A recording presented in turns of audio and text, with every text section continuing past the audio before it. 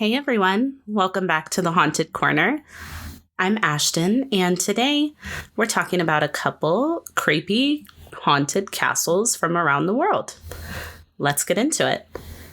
Up first, in the heart of Transylvania, next to a trickling moat and vibrant green grasses, sits one of Europe's largest castles, also known as one of the Seven Wonders of Romania. Built in the mid-15th century, Corvin Castle looks like something out of a fairy tale. But despite the inviting exterior, the castle's dark history may surprise you. Corvin Castle was also known as Hunyadi Castle. It was built in the mid-15th century. It sits on a hilltop in Hunedoara County and has been an important piece of Romanian history throughout time. Long before the castle was built, there was a Roman camp on the land, and it's rumored that the walls of the castles are still the old Roman walls that were built through the hard work of their Turkish captives. But here's what we do know. Construction on the castle began in 1440 under the supervision of John Hunyadi, Hungarian general and governor of the Kingdom of Hungary from 1446 to 1452. John Hunyadi was apparently the illegitimate son of King Sigismund of Luxembourg and Hungary, and his mother was Elisabetta, a very beautiful woman from the Hattig region. In 1438, after the Ottomans successfully occupied a large part of Serbia, John Hunyadi was one of the few noblemen in the area who organized raids against the invaders and managed to defeat them, which contributed to the rise of his fame. Corvin Castle was given to John's father in 1440, and John had planned to transform the original fortress, which was built by Charles Robert of Hungary. The castle is built in a Renaissance Gothic style and was designed as a defense fortress and a prison initially. The castle is split into three large areas: the Knight's Hall, which was used for feasts, the Diet Hall, which was used for ceremonies, and the circular stairway. The towers often held captive war prisoners as well as civilian prisoners. And it's said that inside the castle there was a bear pit where actual wild animals were used to dispose of prisoners when they, quote, lost their usefulness. The torture chambers consist of two dark rooms filled with torturing tools used in the medieval age. Some of the instruments are authentic, dating back to the 17th century. Now, there are many popular tales surrounding Corvin Castle. One of these stories involves 3 Turkish prisoners and a well that you will pass by in one of the courtyards of the castle if you visit. It's said that the prisoners were captured and held at the castle when they received a deal from the king. They were told that if they could dig a well that could strike water, they could have their freedom. Now, this seemed like an impossible job for the trio to complete, as they would have to dig through solid stone. But the prisoners accepted the deal, and they worked tirelessly for years, 15 years to be exact, and they had reached depths of almost 30 meters. Then one day, the unbelievable occurred. The Turkish prisoners managed to dig far enough that they found water. But unfortunately, this was not enough to buy their freedom. John Hunyadi had died by that point, and his wife decided not to uphold his promise. And thus, she sentenced the prisoners to death, which was carried out, but not before the prisoners were able to inscribe a message to their murderer in stone, which remains etched on the castle to this day. Their message reads, quote, "You may have water, but you have no soul," which is absolutely chilling and also accurate. It's said that the prisoners' spirits could be haunting the castle to this day because of how their freedom was stripped from them and the way that it was. Another story that envelops the castle is that of the ghost monk of Corvin Castle. This story stems from a rumor that a monk was seen spying on noblemen in the council room from the Capistrano Tower, which was directly above it. As punishment for the eavesdropping, it's said that the monk was sealed inside the wall of the tower where he slowly died. And some people have reported to see the ghostly apparition of a monk in this area. The next tale surrounding the castle is likely the most popular one, and it involves someone that you may know. A man named Vlad. He's also known as Vlad the Impaler. And this guy is a lot, but long story short, he was a brutal, sadistic leader famous for torturing his foes. By some estimates, he's responsible for the deaths of more than 80,000 people in his lifetime. A large percentage of them by, you guessed it, impalement. Now, despite his brutality, Vlad became considered a national hero in Romania of some sorts, where he is remembered for defending his people from foreign invasion, whether Turkish soldiers or German merchants. Now, it's said that Vlad was held prisoner at the castle in the early 1440s for 7 years in a dungeon below the Hall of Knights. As the legend goes, Vlad slowly went mad inside his cold, dark cell while listening to the sounds of other prisoners being tortured and thrown into the bear pit. The pit of despair, as it were. That's a 90s reference for you kids. Many people believe that this is where Vlad developed his lust for violence and blood. And some even claim that the spirit of Vlad the Impaler still roams the castle's hallways. Irish writer Bram Stoker published a novel in 1897 set in Transylvania with a mysterious vampire as its hypnotic villain. Dracula thrilled readers who began to speculate on the source of his inspiration.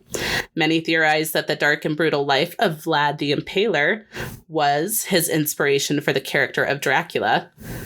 But Bram himself claims that he gathered inspiration from many different sources. You can see the castle featured in movies such as Lady of the Castle, Ghost Rider 2, What About Love, and Fright Night. You can also visit the castle for a tour if you're up for it. Up next, we're heading to Northumberland, England, to Chillingham Castle, which is anything but chill. It's known as Britain's most haunted historic castle, with an upward of 100 ghosts reportedly haunting the property. Being the location of thousands of deaths over time, it's really no surprise. Chillingham Castle was built in the 12th century near the border between England and Scotland and was initially used as a monastery. The original manor house was destroyed by a Scottish raid in 1296. By 1298, the new manor house was built, though this time more fortified. It was turned into a royal castle over the centuries and was a base for many kings throughout history. More elegant additions were eventually added to the estate, such as a banquet hall and a library. Chillingham Castle was especially important because of the strategic location. It's built, like I said, next to the border of England and Scotland. Now, in the Middle Ages, England wanted to own Scotland, but they were not super up for that. So Chillingham Castle was used as a checkpoint for crossing Scottish. The Scottish, on their part, attacked the castle on several occasions. And this is where the story takes a bit of a left turn. It gets a little dark. In 1297, the First Scottish War of Independence broke out. That same year, the forces of William Wallace raided Chillington, burning local women and children alive in a church. However, in 1298, Edward I made Chillington his base for the campaign against Scotland. Chillington's dungeon began to fill with prisoners, Scottish women and children, as well as soldiers and spies. And the story is that King Edward personally appointed the man who was to deal with them, a man named John Sage. John was a soldier who had risen through the ranks to become a lieutenant in Edward's army. After he injured his leg, he was forced to retire from combat, and he needed to find a new role and asked the king for assistance in this. So the king gives John a once-over, and he's like, I've got the perfect thing for you. The king made John Sage the torturer of Chillington Castle. And he already had a fully functioning torture chamber at his fingertips, so this worked out well for John. He was said to be a sadist, and he hated the Scots. Over the 3 years of war, he reportedly tortured some 50 prisoners a week. When the war ended, Sage burnt the remaining adult prisoners alive in the grounds of the castle while their children watched from what is known as the Edward Room or the Killing Room. Then he killed the children in that room. So he was the worst. John Sage later also met his death on the property. He was sentenced to hang, but the story goes that because he was so hated by the public, they cut off his fingers, toes, lips, and genitals while he was still alive. The spirit of John Sage has been reported in the courtyard on several occasions. In all, there were a reported 7,500 prisoners killed at Chillington Castle. That number has been disputed, but it was a lot. Let's just say that. With their bodies being thrown into the lake nearby. So if you're thinking of taking a swim in there, maybe don't. Because here's where we get to the spooky stuff. People. Here we go. Okay. So Chillingham Castle didn't get its nickname of being the most haunted castle in Britain for nothing.